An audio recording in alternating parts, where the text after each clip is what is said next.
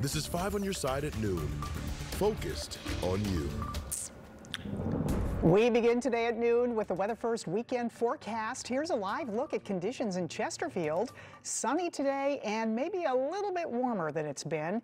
Thanks for being here at noon. I'm Kay Quinn. We're heading toward a warming trend as we start the holiday weekend.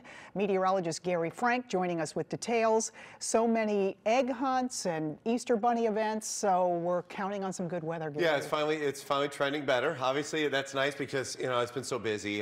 Whether or not it's been busy in your area or not, we've been busy and more active, whether or not it's been rain and severe weather, things of that nature, and even some cold mornings, but we don't have that coming up shortly. So we do have high clouds, which really started to work their way out finally this morning. Yesterday it was very cloudy all day long. As we look in Chesterfield, you can see that sunshine, and off to your south, you see more of that cloud cover here. That's where it's a little bit thicker. We're on the northern edge of that. That should trend out of here. So do expect more of that. Temperatures in the mid-50s, very nice. We're not far off our normal average high, even as we look at Lambert specifically. That'll tell us we're right at 54. We got an east breeze, so not bad, and drying out. Not only not as humid, and we're trending warmer this weekend. It's a drier pattern for once, and then we're back to the 80s on the tail end of this weekend, but specifically in the middle of next week. We'll talk about the specifics for your Easter weekend forecast and when specifically we are back to the 80s as well, Kay.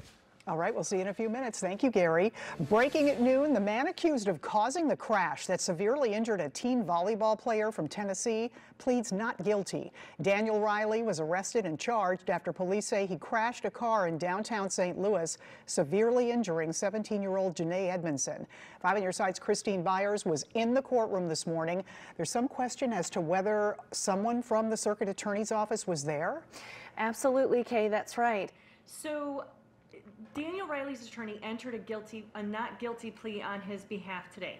He also told the judge he didn't have a copy of the indictment from the circuit attorney's office, so the judge printed one for him in the courtroom. No one from the circuit attorney's office appeared to be there or said anything during the hearing. No one addressed the court. The judge also scheduled another hearing for the case in May before Judge David Mason. That's the same judge who's overseeing an armed robbery case against Riley stemming from 2020. He was supposed to be on house arrest for that robbery at the time he allegedly struck Janae. So what does the circuit attorney's office have to do before this next hearing? So the circuit attorney's office now has 20 days to produce discovery in the Janae Edmondson case, which includes police reports, photos, and all of the other evidence against him. And the attorney for Daniel Riley told me he just got the discovery from the 2020 robbery case last week. All right, so still seem to be delays and glitches with the circuit attorney's office? Absolutely. The defense attorney also told me when he handed the judge the memo today from the arraignment, there was no signature on it from the circuit attorney's office. And would someone normally be in the courtroom from the circuit attorney's office in a case like this? For an arraignment, yes, absolutely. Okay, all right, thank you. Christine Byers reporting. New at noon, the emergency COVID declarations in the city and county of St. Louis have officially been lifted. A joint announcement from St. Louis County Executive Dr. Sam Page and Mayor Tashora Jones says COVID-19 cases have dropped dramatically and hospitals are no longer stressed by COVID patients. According to the White House, 69% of the country is vaccinated. Electric scooters are returning to St. Louis. Bird got a new permit and will relaunch no more than 50 scooters in downtown area. Top speed will be 12 miles an hour. Anyone 18 and under can't rent them. Competing company Lime expects to get a new permit sometime next week. Metro Call a Ride will update its service area map on Monday. The updated area is here in blue. You can see Metro cut back on some South and North County areas while expanding offerings in Baldwin and Wildwood. Officials hope the change will reduce trip denials and phone reservation wait times. We have details now on the man who posed as a food delivery driver to get inside a Central West End apartment building. Police say once he was inside, he sexually assaulted a woman who lived there. 5 on your side's Travis Cummings has the story.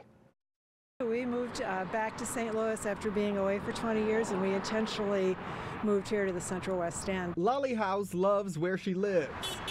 She finds peace in her condo on Kings Highway, even in the middle of the hustle and bustle. We bought it year and a half ago, and we came back in October and moved in. Howes was shocked to hear about what happened inside the lobby of her building Wednesday, where a woman told police she was sexually assaulted. Police say this man, 27-year-old Jaquan D. Rush from Ferguson, pretended to be a food delivery man, and the woman let him inside. Once he was in, the woman says Rush exposed himself to her, grabbed her wrists, and groped her. When she started to scream, Rush ran off. Police later found him and arrested him. We have a lot of safety features built into our building here, so it's unfortunate that that didn't work for this particular person, and I feel terrible that that happened to her. He could have been sitting and waiting. Cynthia Danley with the Domestic Violence Service Safe Connection says sexual assaults are becoming more intense. And he said, thought, hey, here's my chance. Let me get in this building. And with her screaming, that was great because she wasn't going to go quietly or whatever he was going to do to her. She screamed. For Danley and the people in this neighborhood, it's a reminder to stay vigilant. And as you're getting out of your vehicle, look around and see who's hanging around, just to make sure that you're as safe as possible. People are trying hard to find ways to take advantage of people and harm them. So we all just have to be extra thoughtful and careful. Travis Cummings, 5 on your side. Now, court records show Rush was out on bond on 2 weapons-related charges when he was arrested for the assault. A man is dead after a mechanical failure caused him to crash on Interstate 70. It's an update to a story we brought you yesterday at noon. Missouri Highway Patrol says 60-year-old Allie Pope lost control of his vehicle near Jennings Station Road and swerved into the path of a semi-truck. Both he and his passenger were thrown from the vehicle. Pope died. The passenger is expected to recover. Negotiations have resumed today between Eastern Illinois University and its faculty. The union representing the faculty pushing for higher pay, saying their workload has grown over the past few years. They spent Thursday walking a picket line near campus. The university says the request for more pay goes beyond its planned budget. Both parties are back at the bargaining table today.